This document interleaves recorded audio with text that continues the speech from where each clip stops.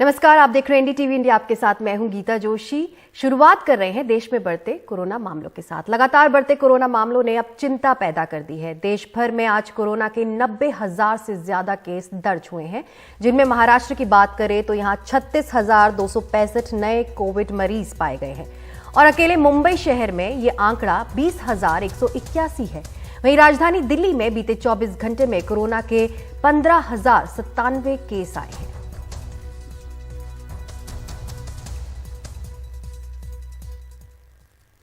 Italy से अमृतसर आई flight में गुरुवार को 125 यात्री कोरोना वायरस से संक्रमित पाए गए। फ्लाइट में 189 यात्री सवार थे। संक्रमितों में अमृतसर के गुरु नानक देव अस्पताल में दाखिल कराया गया। हालांकि अब अस्पताल से 13 संक्रमितों के भागने की खबर से हड़कंप मच गया है। अमृतसर के डिप्टी कमिश्नर ने कहा है कि अस्पताल से भागे संक्रमितों के खिलाफ कड़ी कार्रवाई की जाएगी। गृह विभाग से उनका पासपोर्ट रद्द करने की सिफारिश की जाएगी। साथ ही वो सभी अगर शुक्रवार सुबह तक नहीं लौटे तो उनकी तस्वीरें अखबारों में छपवाई जाएंगी। अस्पताल से भागे संक्रमितों पर महामारी एक्ट के तहत एफआईआर भी दर्ज की जाएगी।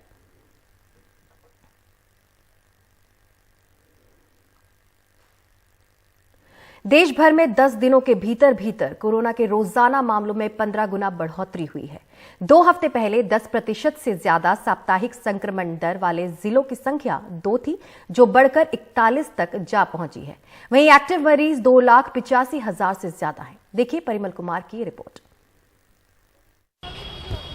कोरोना के रोज के आंकड़ों का ट्रेंड बता रहा है कि लगाए गए अनुमान से कहीं ज्यादा मामले तीसरी लहर में रिपोर्ट होने वाले हैं। आंकड़ों पर ओमिक्रॉन वेरिएंट का असर दिखने लगा है। रोजाना के मामलों में बीते 16 दिनों में 18 गुना और 10 दिनों में 15 गुना की बढ़ोतरी हुई है। 27 दिसंबर को देश में कोरोना के 6,398 मामले, 28 दिसंबर को 9,195, 29 दिसंबर को 13,154, 30 दिसंबर को 16,764, 31 दिसंबर को 22,775, इस साल 1 जनवरी को 27,553, 2 जनवरी को 33,750, 3 जनवरी को 37,379, 4 जनवरी को 58,097 और 5 जनवरी को 90,928 मामले रिपोर्ट हुए हैं। वहीं 17 राज्यों के 41 जिलों में वीकली पॉजिटिविटी रेट 10% से ज्यादा है। 2 हफ्ते पहले तक महज 2 जिलों में हाल था। इसमें पश्चिम बंगाल, मिजोरम के 7 जिले, महाराष्ट्र के 6 जिले और दिल्ली के 4 जिले शामिल हैं। हॉस्पिटलाइजेशन कम है। आप भी सुन रहे हैं कि माइल्ड डिजीज है। आपके जानने वालों को भी माइल्ड डिजीज की बातें हो रही होंगी। लेकिन जब बहुत ही मात्रा में केसेस आएंगे तो ये थोड़े होते होते भी बहुत ज्यादा हो जाएंगे। वहीं वैश्विक स्तर पर देखें तो जिस हिसाब से मामले रिपोर्ट हो रहे हैं, उस हिसाब से अस्पताल में दाखिले नहीं हो रहे हैं। पिछले 7 दिनों में औसतन अमेरिका में 4 लाख मामले आए, दाखिला हुआ करीब 90,000 का। यूके में मामले 1,73,000 आए तो अस्पताल में दाखिला करीब 12,000 का। फ्रांस में पिछले 7 दिनों में औसतन 1,58,000 मामले आए पर दाखिला 19,000 का हुआ। डेनमार्क में करीब 21,000 रिपोर्ट हुए मामलों में अस्पताल में करीब 800 को भर्ती करने की जरूरत पड़ी। बात सिर्फ ओमिक्रॉन की ही नहीं, घातक डेल्टा की भी मौजूदगी है। तो ओमिक्रॉन को लेकर आश्वस्त रहना ठीक नहीं। हमारा व्यवहार अगर ठीक रहा तो वायरस का बदलता आकार प्रकार व्यवहार ज्यादा असरदार नहीं होगा। नई दिल्ली से परिमल कुमार, एनडीटीवी इंडिया। वहीं मध्य प्रदेश में बीते 24 घंटों में कोरोना संक्रमितों की तादाद 2 गुनी हो गई है, जिसमें 55% से ज्यादा हिस्सा प्रदेश के सबसे बड़े शहर इंदौर का है। सरकार सख्ती की बात कह रही है। लोगों से मास्क नहीं लगाने पर जुर्माना भी वसूला जा रहा है, लेकिन रसूखदार बच जाते हैं। देखिए अनुराग द्वारी की ये रिपोर्ट।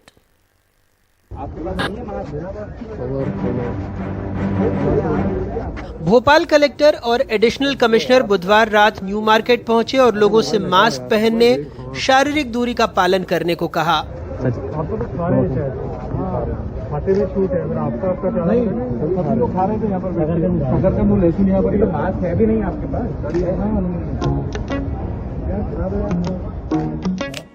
बिना मास्क घूम रहे 648 लोगों से 69,620 रुपए का जुर्माना वसूला गया। लेकिन बीजेपी के पूर्व विधायक सुरेंद्र नाथ सिंह और उनके साथी ये कहकर बच निकले कि वो कुछ खा रहे थे। भारत माता दूसरे दिन हमें सिनेमा हॉल में मिले, यहाँ भी समर्थक बगैर मास्क नारेबाजी कर रहे थे। भारत माता की जय, वंदे मातरम, भारत माता की जय, भारत माता की जय। तो वहाँ बैठे थे, मैं तो क्या है शकरकंद खा रहा था, इसलिए मास्क लगाए हुए था। अब जैसे मैं बोलते में हटा लिया मास्क, ऐसे खाने में तो हटाना पड़ेगा ना। वो खाद्य सामग्री हाथ में लिए हुए हैं। अब पूर्व विधायक की बगैर उसके कर रहा है तो क्या कोई कार्रवाई? वहीं कांग्रेस का आरोप है कि संक्रमण काल में भी रसूखदार छूट जाते हैं। आम आदमी पे 200 रुपए उसके पॉकेट से निकाल रहे हैं और नेता घूम रहे हैं।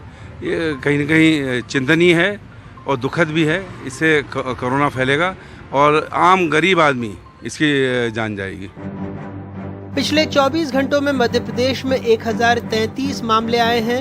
राज्य में कुल 2475 सक्रिय मामले हैं, जबकि संक्रमण दर 1.47% हो गई है। महीने भर में संक्रमण 7 से 33 जिलों में फैल चुका है, लेकिन सैंपल औसतन 50 से 55 हजार ही लिए जा रहे हैं। हालांकि मुख्यमंत्री कह चुके हैं कि रोज 60,000 से ज्यादा कोरोना सैंपल लिए जाने चाहिए। कोरोना को हराना है, वैक्सीन जरूर लगवाना है, 2 गज की दूरी, मास्क है जरूरी, जैसे कई नारे सरकार ने दिए। अब सरकार कह रही है कि राज्य में लॉकडाउन लगाने का कोई प्रस्ताव नहीं है, लेकिन जो लोग मास्क नहीं पहन रहे हैं उन्हें खुली जेल में रखने का प्रस्ताव है। लोग मानव बम बनकर न घूमें। लेकिन पार्टी अपने उन मानव बमों का क्या करेगी जो कोई नियम कायदे कानून नहीं मान रहे हैं। भोपाल से कैमरा पर्सन रिजवान खान के साथ अनुराग द्वारी, एनडीटीवी इंडिया। वहीं कुछ ऐसा ही कर्नाटक में भी देखा जा रहा है। कोरोना संक्रमण रोकने के लिए नाइट कर्फ्यू से लेकर तमाम प्रतिबंध लगाए जा रहे हैं। वहीं सरकार और विपक्षी दलों के नेता खुलकर नियमों की धज्जियां उड़ा रहे हैं। बेंगलुरु से देखिए निहाल किदवई की रिपोर्ट।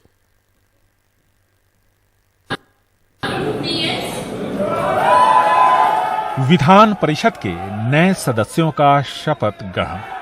विधानसभा के मुख्य सभागार में मुख्यमंत्री बसवराज बोम्मई और प्रदेश कांग्रेस अध्यक्ष डीके शिवकुमार ने एक दूसरे से हाथ मिलाया। कोविड प्रोटोकॉल का यहीं से मजाक बनना शुरू हुआ। कार्यक्रम खत्म होते ही डीके शिवकुमार के तेवर बदल गए। अचानक उन्हें कोविड नियमों का ख्याल आया। इसको भीड़ कहते हैं या नहीं? लोग यहाँ किसको इज्जत देने आए? क्या आपको नहीं लगता कि सरकार को इन सब के खिलाफ जो लोग यहाँ मौजूद हैं मामला दर्ज करना चाहिए? होम मिनिस्टर को फौरन कार्रवाई करनी चाहिए। मुख्यमंत्री बसवराज बोम्मई ने खुद ही बैठक बुलाकर वीकेंड कर्फ्यू से लेकर ऐसे दूसरे फैसले लिए थे, लेकिन आज वो अपने मंत्रियों के साथ इस प्रोटोकॉल को नजरअंदाज करते दिखे। न सिर्फ एमएलसी शपथ ग्रहण समारोह में, बल्कि कैबिनेट की बैठक के बाद की भीड़ देखिए। There is no question of all that. They should follow the pandemic rules in the larger interest of the people of the state. If they are not interested in the interest of the health interest of the people of the state, it is irresponsible opposition. दूसरे कुछ राज्यों की तरह कर्नाटक में भी अचानक Covid संक्रमण की रफ्तार तेज हो गई। मुख्यमंत्री और मंत्रियों से लेकर विपक्षी दल के नेता जब खुद अपने ही बनाए नियमों का उल्लंघन करते हैं तो लोग खुद को ठगा हुआ महसूस करते हैं। इनकी लापरवाही दूसरों को बेफिक्र बनाती है। बेंगलुरु से कैमरामैन कुमार के साथ निहाल किदवई, एनडीटीवी इंडिया।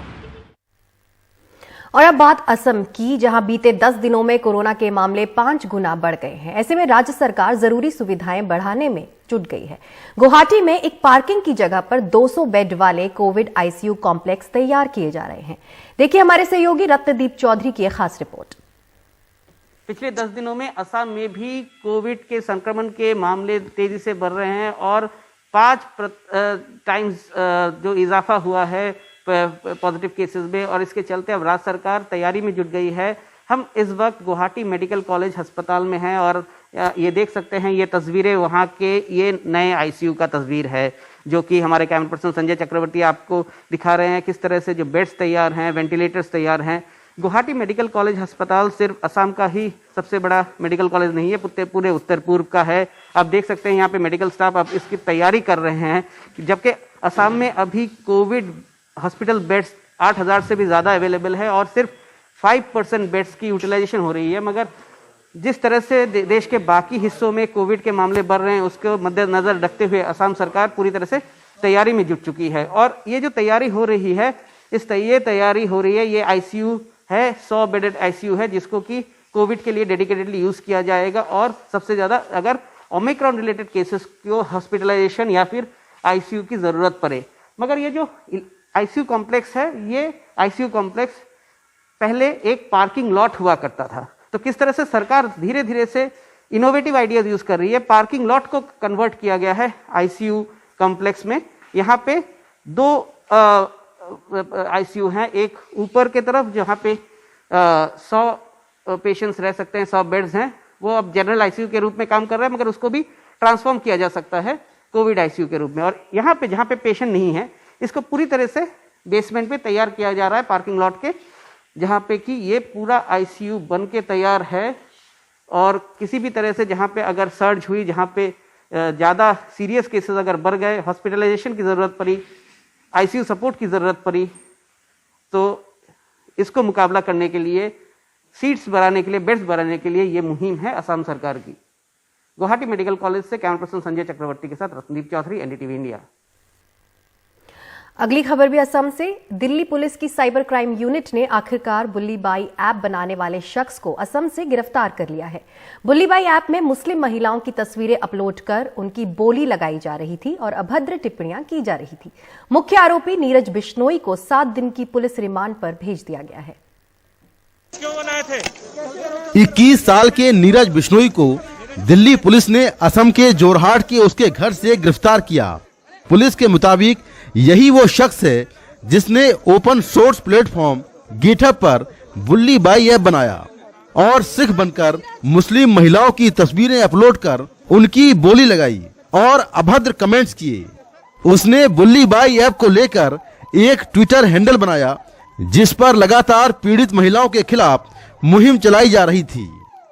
नीरज बिश्नोई वो कैरेक्टर है जिसने बुल्ली बाई एप्लीकेशन गिटहब पे बनाई थी और इवन बुल्ली बाई अंडरस्कोर नाम का ट्विटर हैंडल भी बनाया था। इसके बाद इसने उसको प्रोपोगेशन के लिए सोशल मीडिया प्रोपोगेटर्स को दिया था, बट मास्टरमाइंड, क्रिएटर एंड उसकी एविडेंसेस उसके फोन से और उसके लैपटॉप से मिल चुकी है।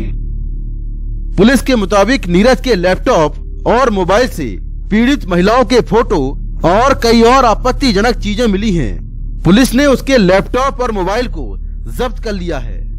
पुलिस के मुताबिक अभी तक की जांच से पता चला है कि नीरज किसी संगठन से नहीं जुड़ा हुआ था। उसके घर वालों के मुताबिक नीरज पढ़ने लिखने में तेज है। फिलहाल वो मध्य प्रदेश के सीहोर में एक कॉलेज में बीटेक सेकेंड ईयर का छात्र है। 11टा 11:30 11:15-20 रात करीब 11:15 बजे वो सीधे आए और उन्होंने कहा, हम दिल्ली पुलिस से आए हैं, नीरज कहाँ रहता है? मैंने फाटक खोल दिया। नीरज तब सो रहा था। उसको कहा कि लैपटॉप लाओ। Neeraj Jorhat Saint Mary school में पढ़ता है। मैट्रिक में 86% नंबर के साथ फर्स्ट आया था। इतनी पढ़ाई लिखाई के बाद भी नीरज के अंदर एक समाज की महिलाओं को लेकर इतनी नफरत कैसे आई, इसे लेकर पुलिस उससे पूछताछ कर रही है। बुल्ली बाई ऐप मामले में मुंबई पुलिस ने भी एक लड़की समेत 3 लोगों को गिरफ्तार किया है। एक आरोपी बेंगलोर से, जबकि लड़की समेत 2 आरोपी उत्तराखंड से पकड़े गए थे। सूत्रों के मुताबिक नीरज के कहने पर ही बाकी आरोपी सोशल मीडिया पर एक्टिव थे। गुवाहाटी से रत्नदीप चौधरी के साथ नई दिल्ली से मुकेश सिंह, एनडीटीवी इंडिया। पंजाब में पीएम की सुरक्षा में हुई चूक पर विवाद थमने का नाम नहीं ले रहा है। पीएम मोदी ने आज राष्ट्रपति से मुलाकात की। राष्ट्रपति ने भी इस मसले पर चिंता जाहिर की। पंजाब सरकार ने जांच के लिए कमेटी भी बना दी है। ये कमेटी 3 दिनों में अपनी रिपोर्ट सौंपेगी। अब ये मामला सुप्रीम कोर्ट भी पहुंच गया है और इस पर कल सुनवाई होगी। इस मसले पर एक तरफ बीजेपी कांग्रेस एक दूसरे पर आरोप लगा रहे हैं, वहीं सुरक्षा जानकार इसे गंभीर मुद्दा मान रहे हैं। गुरुवार को प्रधानमंत्री ने राष्ट्रपति से मुलाकात की। सूत्रों के मुताबिक राष्ट्रपति ने बुधवार को प्रधानमंत्री की सुरक्षा की दरार को लेकर चिंता जताई है।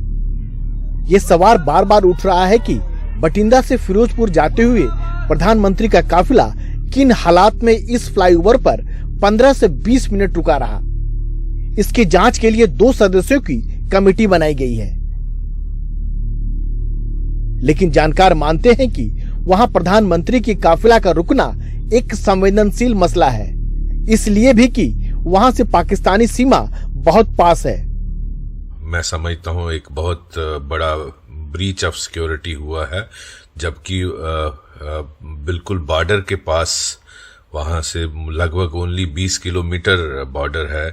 प्राइम मिनिस्टर को एक्सपोज करना, जहां पाकिस्तान कोई भी नुकसान पहुंचा सकता था प्रधानमंत्री जी को, और ये एक बहुत बड़ी गफलत है। मैं समझता हूं ये नहीं होना चाहिए था। जानकार मानते हैं कि इस मामले में एसपीजी और राज्य पुलिस दोनों की जवाबदेही बनती है, खुफिया विभाग की भी। प्रधानमंत्री के दौरे से पहले जो जरूरी कवायद होती है वह आधी अधूरी रही। खराब मौसम की चेतावनी नजरअंदाज की गई। दौरे से पहले जो सुरक्षा ड्रिल होती है उसकी भी अनदेखी हुई। दौरे से पहले रास्ता साफ करने का काम नहीं हुआ। अचानक 125 किलोमीटर से ज्यादा के सड़क मार्ग से सफर का फैसला किसने और कब किया? केंद्रीय एजेंसियों और राज्य पुलिस के बीच जरूरी तालमेल की कमी दिखी। प्रधानमंत्री की सुरक्षा में अंतिम फैसला हालांकि एसपीजी का होता है। कॉन्टिजेंसी प्लानिंग भी एक चीज होती है। एसपीजी का एक अधिकारी वहीं पे रहता है जिसको पहले से मालूम था कि अगर वेदर खराब होगा तो ये रास्ता चुना जाएगा, और इसलिए उस रास्ते पे बेहतर व्यवस्था की जानी चाहिए था। और अगर मान लीजिए नहीं भी हुई तो वो जो उनकी स्पेशल टास्क फोर्स साथ में चलती है, जैसा राय साहब ने कहा था, उसको तत्काल उन प्रदर्शनकारियों को वहां से निकाल देना चाहिए था। लेकिन इस मामले में किसी अंतिम नतीजे पर पहुंचने से पहले जांच रिपोर्ट के नतीजे का इंतजार करना चाहिए। जितनी चिंता की बात प्रधानमंत्री की सुरक्षा में दरार है, उतनी ही चिंताजनक इस मामले में हो रही राजनीति है। इससे बचा जाना चाहिए और कोशिश ये होनी चाहिए कि ऐसी घटना दोबारा ना हो। नई दिल्ली से राजीव रंजन, एनडीटीवी इंडिया। और यहाँ पर रुकते एक छोटे से ब्रेक के लिए, लेकिन ब्रेक के बाद आपको दिखाएंगे मुंबई में water taxi.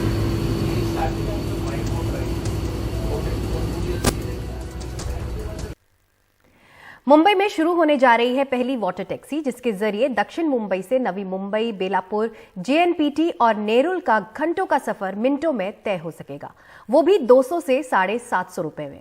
Infinity harbour services company का दावा है कि इसी महीने प्रधानमंत्री नरेंद्र मोदी वाटर टैक्सी सेवा का उद्घाटन करेंगे।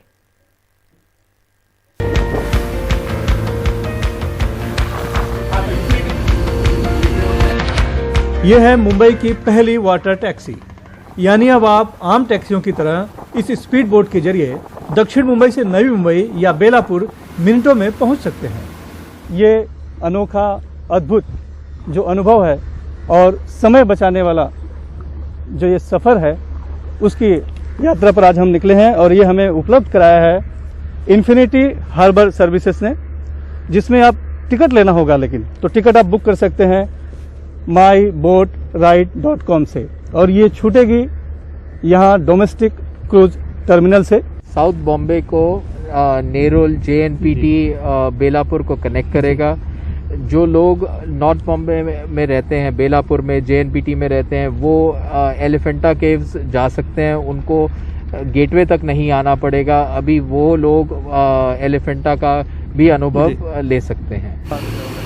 ट्रैफिक जाम की वजह से सड़क का रास्ता दिन ब दिन मुश्किल होता जा रहा है। ऐसे में पानी के रास्ते वातानुकूलित स्पीड बोट में तेज सफर एक अच्छा विकल्प बन सकता है।